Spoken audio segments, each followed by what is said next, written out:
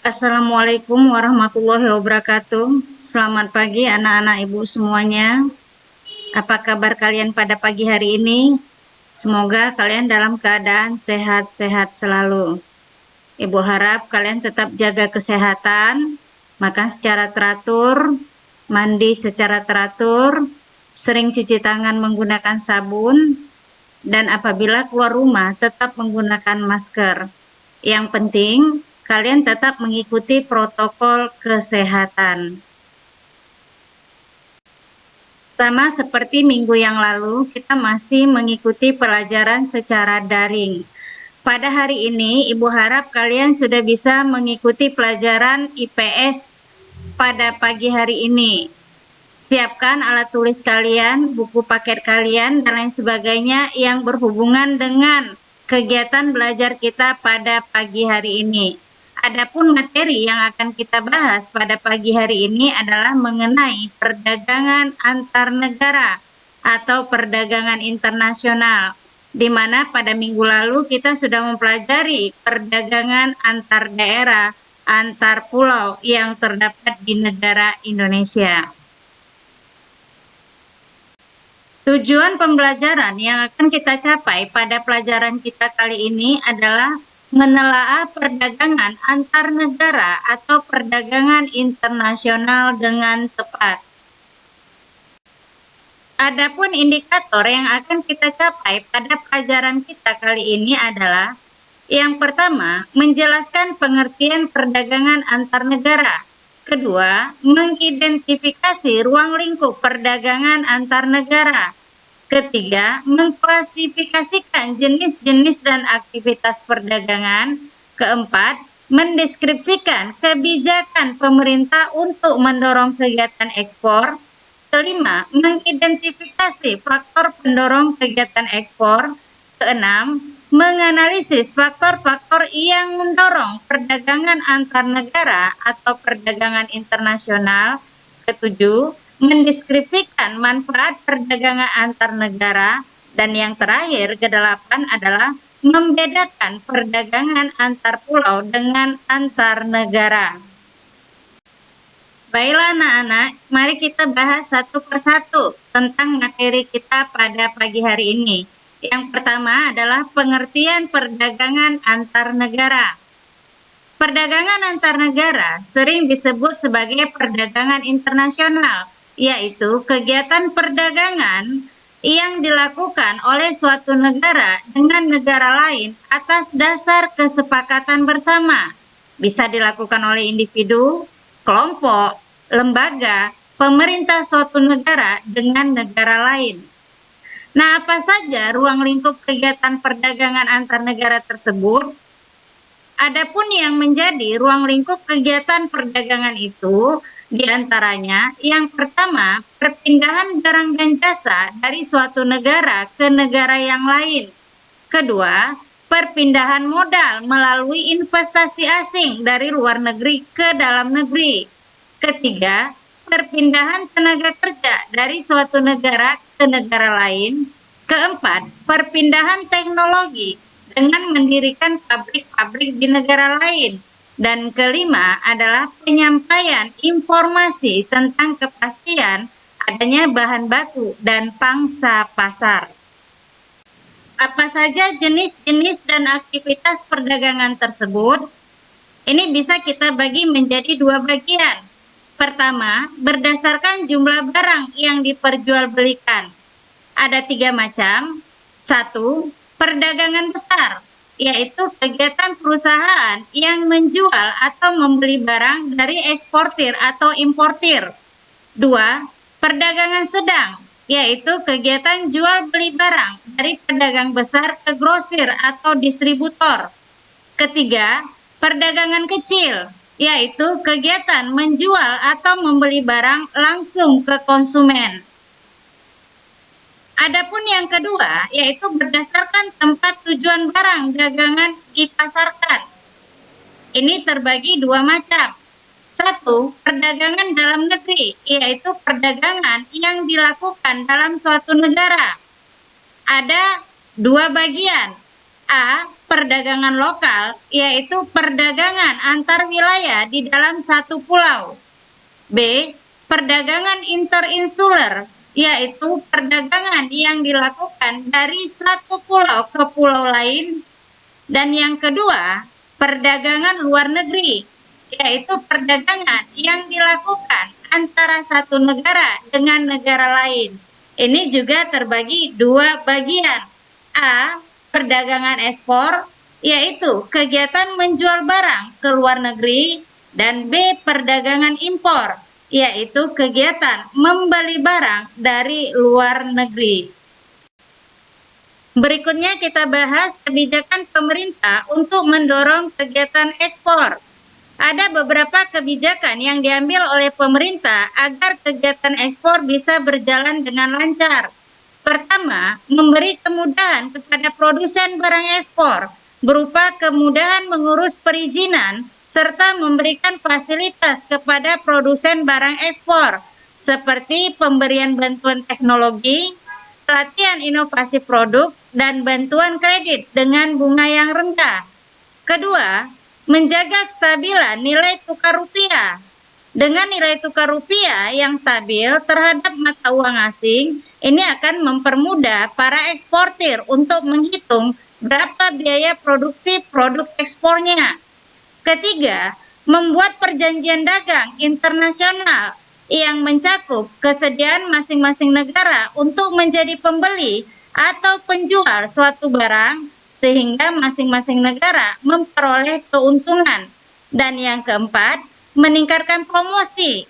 Ini dapat dilakukan dengan kegiatan pameran dagang, festival olahraga, seni, maupun kegiatan lainnya, baik dilakukan oleh individu, lembaga swasta, maupun pemerintah. Berikutnya kita lihat faktor pendorong kegiatan ekspor. Ada beberapa yang menjadi faktor pendorong kegiatan ekspor, di antaranya, pertama, keadaan pasar luar negeri. Apabila permintaan di pasar dunia lebih banyak daripada penawaran, maka harga cenderung naik, dan juga sebaliknya, sehingga ini mempengaruhi para eksportir untuk meningkatkan atau menurunkan ekspornya. Kedua, keulatan eksportir untuk menangkap peluang pasar. Dengan keahlian yang dimiliki oleh eksportir dalam bidang strategi pemasaran, maka eksportir tersebut tentunya akan memperoleh wilayah pemasaran yang luas. Ketiga, kondisi ekonomi, sosial, politik suatu negara. Bidang ekonomi, sosial, dan politik ini adalah merupakan bidang yang terkait satu sama lain, yang tidak bisa dipisahkan. Sehingga, apabila ada ketidakstabilan pada salah satu bidang, maka bidang lain akan terpengaruh. Dan ini juga mempengaruhi keberlangsungan proses ekspor ke suatu negara. Apa-apa saja faktor-faktor yang mendorong perdagangan antar negara atau perdagangan internasional? Banyak faktor yang mendorong perdagangan antar negara. Di antaranya, yang pertama, untuk memenuhi kebutuhan barang dan jasa dalam negeri. Kedua, keinginan memperoleh keuntungan dan meningkatkan pendapatan negara. Tiga, adanya perbedaan kemampuan penguasaan ilmu pengetahuan dan teknologi dalam mengolah sumber daya ekonomi. Keempat, adanya kelebihan produk dalam negeri sehingga perlu pasar baru untuk menjual produk tersebut. 5. Adanya perbedaan keadaan seperti sumber daya alam, iklim, tenaga kerja, budaya, dan jumlah penduduk yang menyebabkan adanya perbedaan hasil produksi dan adanya keterbatasan produksi. 6. Keinginan membuka kerjasama, hubungan politik, dan dukungan dari negara lain. Ketujuh, terjadinya era globalisasi, sehingga tidak satu negara pun di dunia dapat hidup sendiri. Manfaat perdagangan antar negara. Menurut Sadono Sukirno pada tahun 2010, Dia menjelaskan bahwa manfaat perdagangan antar negara itu ada beberapa macam, yaitu satu, memperoleh keuntungan. Dengan adanya spesialisasi berupa produk unggul yang khas di tiap-tiap negara, produsen tidak perlu khawatir kelebihan produknya tidak akan terjual, karena mereka bisa menjualnya ke luar negeri. Dua, memperoleh barang yang tidak dapat diproduksi di dalam negeri. Tidak semua barang bisa dihasilkan oleh suatu negara, sehingga dilakukan kegiatan perdagangan antar negara agar setiap negara dapat bertukar hasil produksi untuk mempermudah barang yang tidak dapat diproduksi di negara mereka. Ketiga, menjalin persahabatan antar negara. Hubungan yang baik di bidang ekonomi ini akan mempengaruhi hubungan di bidang yang lain, seperti pendidikan, kesehatan, sosial, serta kemanusiaan. Dan yang keempat adalah transfer teknologi modern. Penggunaan barang-barang impor yang berteknologi tinggi ini membutuhkan pengetahuan dan keterampilan tertentu, sehingga para importir memberikan pelatihan penggunaan teknologi tersebut, sehingga akan mempercepat terjadinya transfer teknologi modern. Yang terakhir kita bahas adalah masalah perbedaan perdagangan antar pulau dengan antar negara. Ada 3 perbedaan utama antara perdagangan antar pulau dengan antar negara, yaitu 1. Peluang perdagangan yang lebih luas. Pada perdagangan antar negara, kita bisa membeli barang dan jasa dari negara lain dan menjual barang dan jasa ke negara lain. Sedangkan perdagangan antar pulau, kita hanya bisa membeli dan menjual barang dalam lingkup satu negara saja. Kedua, adanya kedaulatan bangsa. Pada perdagangan antar negara, negara mempunyai kedaulatan dalam mengatur aliran barang dan jasa, tenaga kerja dan keuangan, sedangkan perdagangan antar pulau berjalan secara bebas tanpa regulasi yang berarti dari negara. 3. Penggunaan kurs tukar. Dalam perdagangan antar negara, pembayaran menggunakan kurs tukar yang berbeda-beda. Sedangkan perdagangan antar pulau, ini pembayarannya menggunakan satu kurs tukar dengan menggunakan mata uang negara yang bersangkutan. Demikianlah pelajaran kita pada pagi hari ini. Ibu berharap semoga kalian bisa mengerti dan memahami pelajaran kita tentang perdagangan antar negara tersebut. Tetapi kalau seandainya ada di antara kalian yang belum paham atau belum mengerti tentang pelajaran kita pada hari ini, kalian bisa menanyakan langsung kepada Ibu melalui WA. Adapun materi pelajaran yang telah Ibu berikan tadi, ini Ibu sudah share melalui Google Classroom. Kalian bisa melihat materi tersebut berikut tugas yang akan kamu kerjakan pada Google Classroom. Dan Ibu harap kalian bisa mengerjakan tugas itu tepat pada waktunya sesuai dengan petunjuk tugas.